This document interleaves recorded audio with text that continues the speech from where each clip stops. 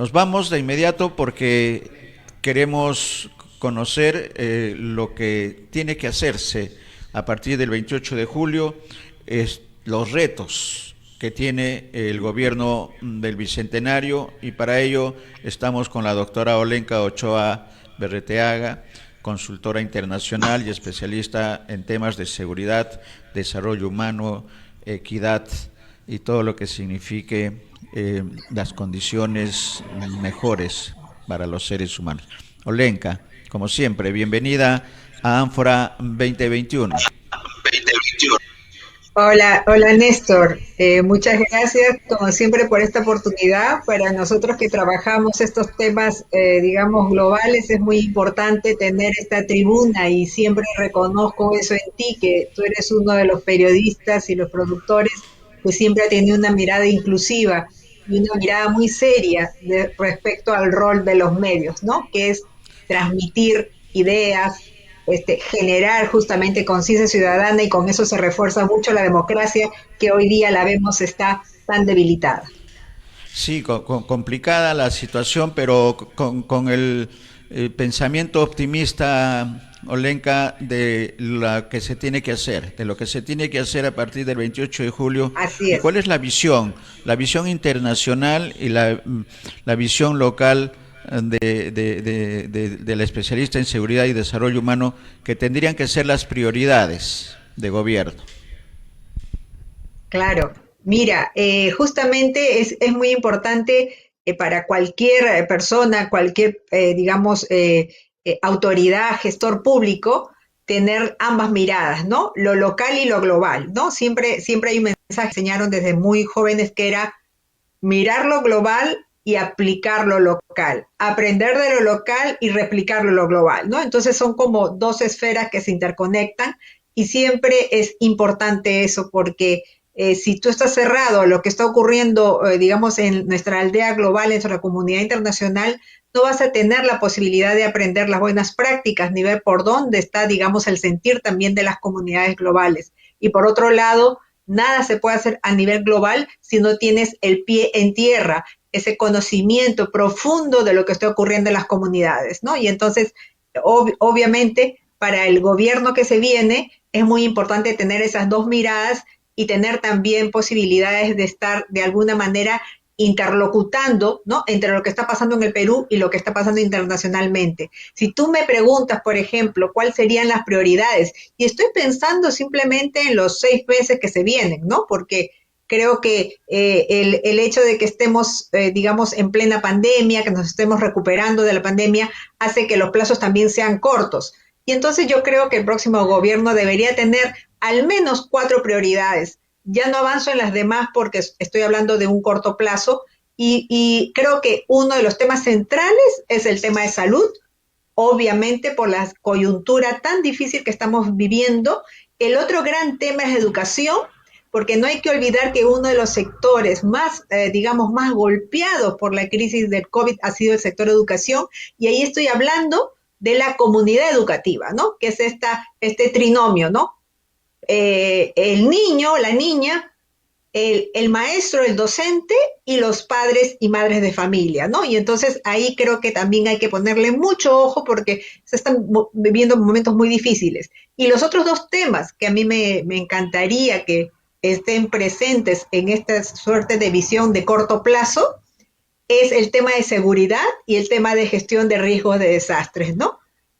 Si tú me permites, yo puedo ir, digamos, dando algunas, simplemente algunos pincelazos sobre cuál sería la hoja de ruta. Y, por ejemplo, en el tema de salud, creo que hay un consenso, fíjate que es bien interesante, porque desde diversos sectores, diversas opiniones, el ciudadano de a pie y la ciudadana de a pie están diciendo que ojalá no se quiebre digamos, esta organización de la vacuna, ¿no?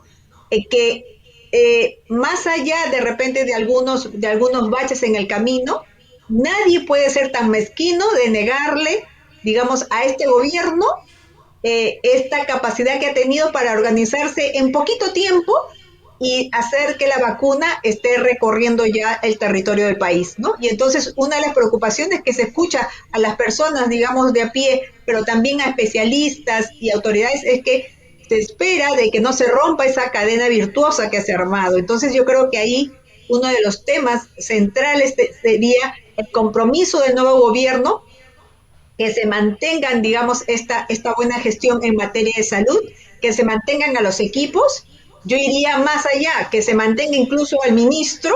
No sé si el ministro de Salud quiera seguir, no se sabe, porque de repente ya está pensando digamos, en hacer otras tareas, pero yo creo que debería mantenerse al menos porque es importante, las personas que tenemos experiencia en gestión pública, sabemos también que es importante no solamente el equipo técnico, sino el ministro o la ministra que está detrás, porque justamente es la mirada política el que le da, como se dice, punche a un equipo y también protege el equipo para que no le lleguen, digamos, las bombardas que normalmente en estos contextos le llegan a los equipos que están detrás de grandes tareas, ¿no? Y entonces yo creo que por ahí hay un tema muy delicado. El otro tema que tiene que ver también con salud es estar mirando, ¿no? Cómo se va perfilando, configurando la segunda o la tercera ola, porque ahora se está hablando mucho, no necesariamente en Perú, pero en países vecinos y en otros países también de otros continentes, de esta cepa, ¿no? De esta cepa, creo que se llama Delta, que es más contagiosa que las otras cepas que se conocen, ¿no? Que causa también una sintomatología distinta a la que estábamos, digamos, acostumbrados a mirar, y que entonces también se convierte en un reto, ¿no? Entonces yo creo que en los próximos 6 meses debería mantenerse ese equipo, debería mantenerse la lógica de la vacunación universal que llegue a todos los territorios, a todo el territorio del país, que se vea, digamos, también que este equipo esté atento a los brotes de de las nuevas cepas, ¿no? Y acá, por ejemplo, hay un desafío muy difícil por la geografía tan especial que tiene el Perú, ¿no? Y entonces lo que se tiene que entender es que vamos a tener que hacer todo el esfuerzo para que la vacuna llegue a las comunidades, ¿no? A las que hay que llegar vía, ¿no? Vía, por ejemplo, fluvial, que son 7, 8 horas para llegar a las comunidades. Y el otro gran reto también es convencer, a hacer una campaña de sensibilización muy fuerte para que todas aquellas personas que no han logrado acceder a la vacuna, no necesariamente porque no han tenido oportunidad, sino que se resisten todavía, hagan ese esfuerzo de alguna manera de acceder a vacunarse, porque tenemos que tener la mayor cantidad de gente vacunada para que justamente este virus desastroso pueda desaparecer de nuestro territorio o pueda bajar su nivel de contagio, ¿no? Y entonces ahí hay un tema de salud muy fuerte, y yo quiero amarrar también el tema de salud con otro eje que muchas veces es dejado de lado porque no es materialmente visible, como puede ser, digamos, una enfermedad que te produce algún brote en la piel o alguna señal concreta, que es el tema de la salud mental.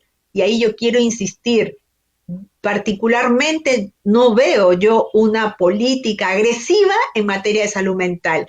Y lo digo por los efectos nefastos que ha tenido esta pandemia en la salud, desde los chiquitos hasta los grandes. O sea, no podemos cerrar los ojos a decir que esta pandemia nos ha dañado, a todos nos ha dañado. El solo hecho de que la gente esté en cuarentena, el solo hecho que la gente esté aterrada porque ve que los familiares, amigos se enferman, que se pueden morir o se han muerto, nos está hablando de un gran estrés o un estrés postraumático, ¿no? Estamos traumados en este momento la mayoría de la población del Perú.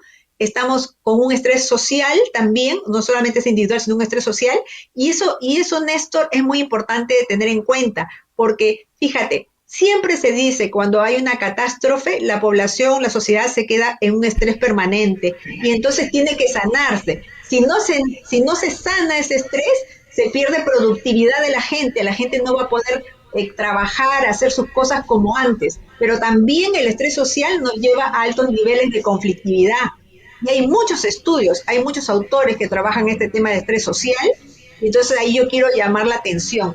Si queremos bajar los niveles de conflictividad social, los niveles también de polarización y todas estas cosas que a veces cuando escuchamos o vemos ciertos comportamientos nos sorprenden porque decimos, qué está pasando en nuestra sociedad, tiene que ver también con la mochila que estamos trayendo a partir de esta pandemia, ¿no? Entonces, como te digo, en tema de salud sería muy, muy importante mantener ese ritmo de las vacunas y hacer una campaña muy agresiva en términos de salud mental. Y ahí, fíjate, ahí es muy importante que el próximo gobierno entienda la urgencia, digamos, lo bueno que es coordinar con todas las instituciones, porque hay muchas instituciones que están trabajando en comunidad, están trabajando en salud, pero normalmente no se tiene ese contacto desde el gobierno y las autoridades con estas entidades, con la organización misma.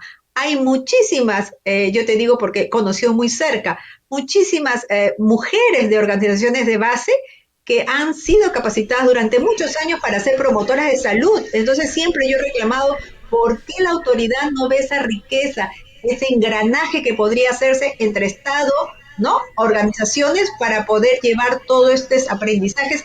Y ahí quiero amarrar también otro punto que he tenido oportunidad de coordinar en algunos años, es toda esta cadena maravillosa del voluntariado.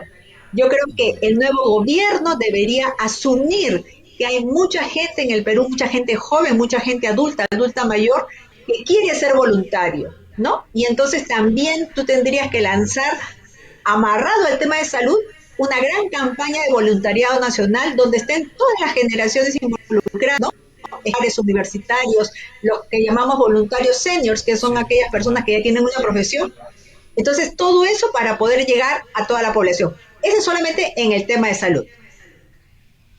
correcto, correcto. Y estamos hablando de voluntariado y de promotores de salud que están trabajando, pero que necesitan, creo, el empujón, el apoyo del gobierno nacional y de los gobiernos regionales para Así poder es, cumplir esta tarea, no solamente a nivel individual, sino colectivo, ¿no es cierto?, en el tema de la salud mental, así es.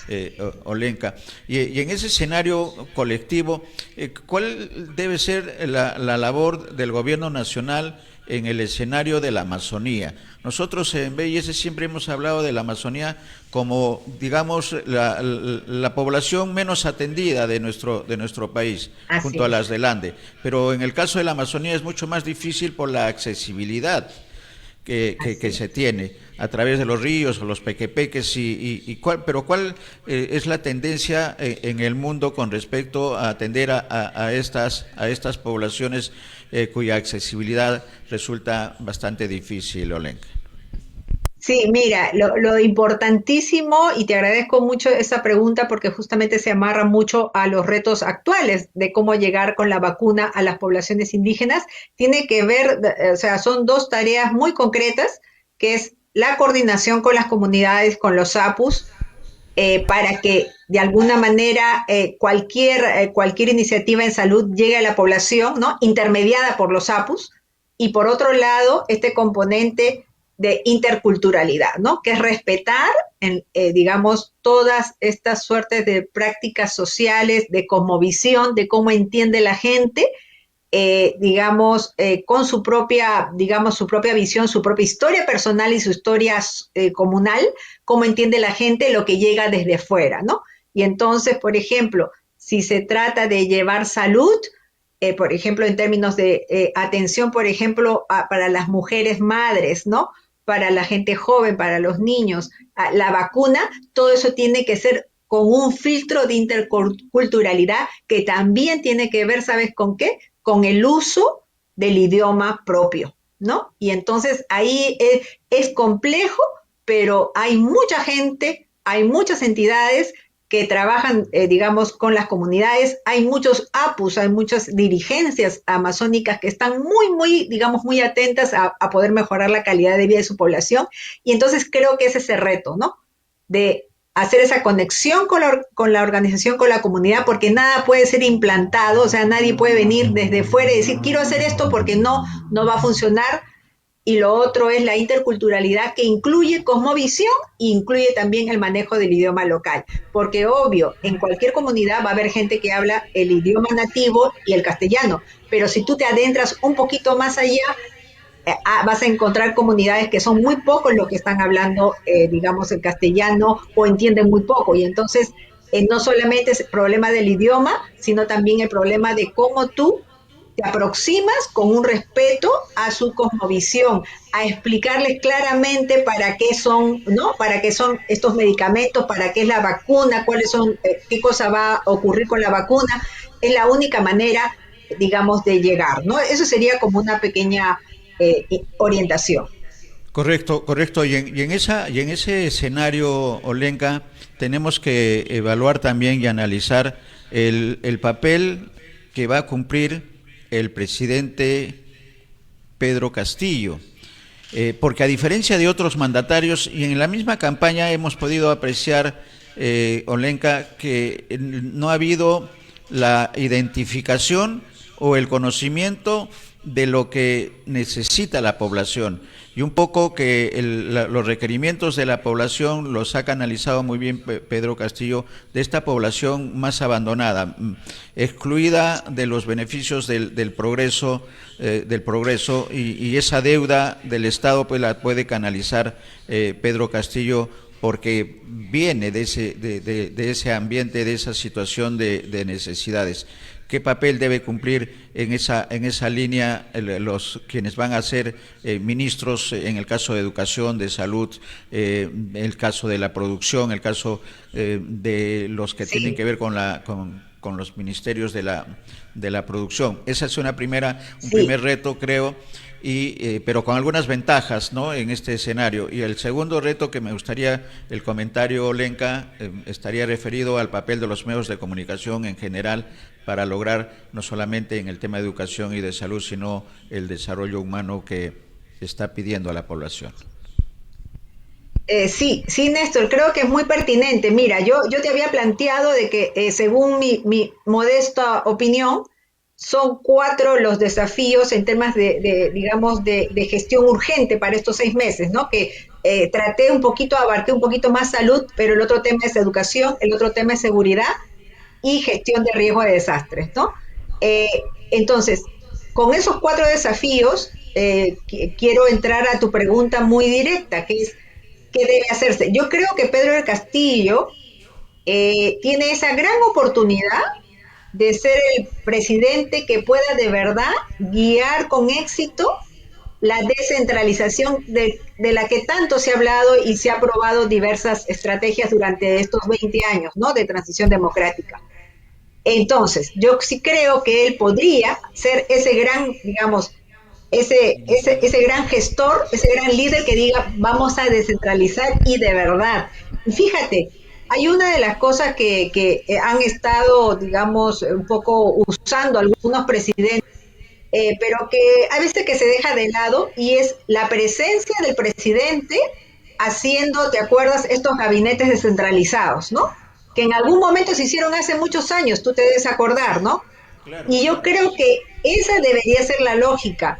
Está bien, digo yo, porque veo ahora muchos ministros y ministras que viajan, etcétera, etcétera, pero digamos que no solamente es viajar un rato, reunirse, porque al final puedes conversar, pero no estás viviendo el día a día, ¿no? Entonces yo creo que junto a este gabinete descentralizado debería pensar descentralizar las oficinas principales de los ministerios. No puede ser que los principales ministerios y los ministros estén sentaditos acá en Lima. Y eso te lo digo, mira, con toda no estoy diciendo ninguna cosa que sea imposible de lograr. Porque Sí, en todo el país hay condiciones para instalar un ministerio. Eso no es una cosa de, ay, utópico que el próximo año, eso se puede hacer ya. Y entonces yo pensaría que este próximo gobierno descentralice y que cada ministro no es que vaya a provincia, sino que esté en provincia y que se elija, por ejemplo, las regiones especialmente claves para algún tema especial, digamos, de salud, de educación o de otros temas, y ahí está el ministro con sus oficinas. Yo creo, Néstor, que teniendo a los ministros o las ministras viviendo fuera de Lima, eso va a ser ya un gran cambio en este bicentenario.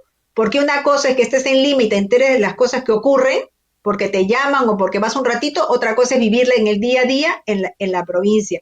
Y fíjate, y ahí quiero ir yo porque hay regiones del Perú que tienen muchos problemas, ¿no? Por ejemplo, hace poco, por ejemplo, hemos visto ayer, la trágica muerte de un dirigente indígena, ¿no? Sí, Que ha sido baleado, que se dice que ya su territorio estaba, digamos, cruzado de todas las mafias y todos los traficantes que andan por las poblaciones. Entonces yo creo que eso amerita, ¿no es cierto?, que en algunas regiones que son claves, ahí esté la cabeza del ministro, claro, totalmente. ¿no? Y entonces o sea, porque ahora no hay ningún pretexto, ahora la conectividad está el día a día, o sea, no hay manera de que porque estás en no sé dónde, no, mentira. Entonces yo Así sí es. creo que amerita, hay zonas del país que están viviendo una situación tan difícil que amerita que un ministro o una ministra esté viviéndola ahí. Y Sí, hay otro totalmente. tema también que cuando a mí me preguntaban, porque tuve unas conversaciones con colegas de fuera, me decían qué pasa en el Perú, etcétera. Entonces yo les decía, el tema es que hay muchas autoridades, hay muchos políticos, hay muchas políticas que en su gestión están pensando en el ciudadano como un ciudadano de segunda categoría, ¿ya? Y te lo explico en lo siguiente, y esa es la visión, digamos, más perversa que se puede hacer. Es, ya, yo a mis hijos y a mis hijas y a mi familia le doy de todo, cuestiones de calidad, etcétera, etcétera.